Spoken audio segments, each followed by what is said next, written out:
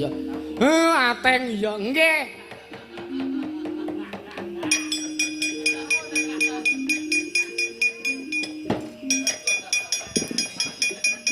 Mripate ora. Pailun ngapa? Anu.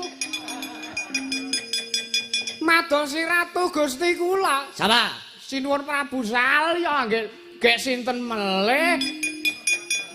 Wis kondur. Waduh. Ketinggalan sepur niki kula. Pripun? Selora.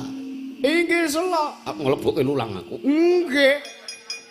Mboten napa-napa gek ngetan mang. Kula niku mboten gek kula arep-arep ngoten niku mboten Mas, mboten. Pun gek sak selamu wae ora apa-apa. Oh ya ora selak butuh.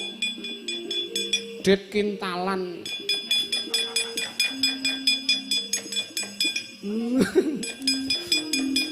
Narada matur nuwun ya Narada. Nggih Kakang Semar.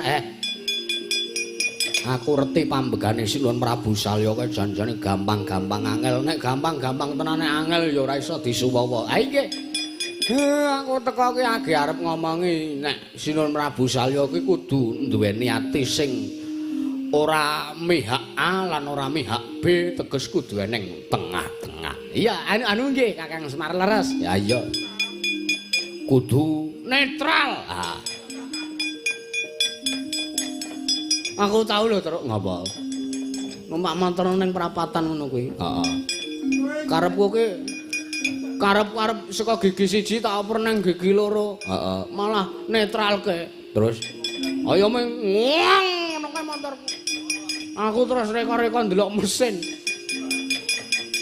Lah ning sapa ning perapatan? Komplit ning supir, ning Wira, ning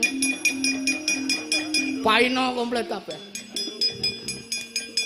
Ning ya tenan kok Wira ke nyenengke kok. Ngapa? Omong-omongan karo aku ki lho. Heeh. Ngger ngecek aku senengane aja cedak-cedak Bagong kok nek kelecekan petel gundulmu aku. Wong karapanmu ki petel kok wedine nek kelecekan.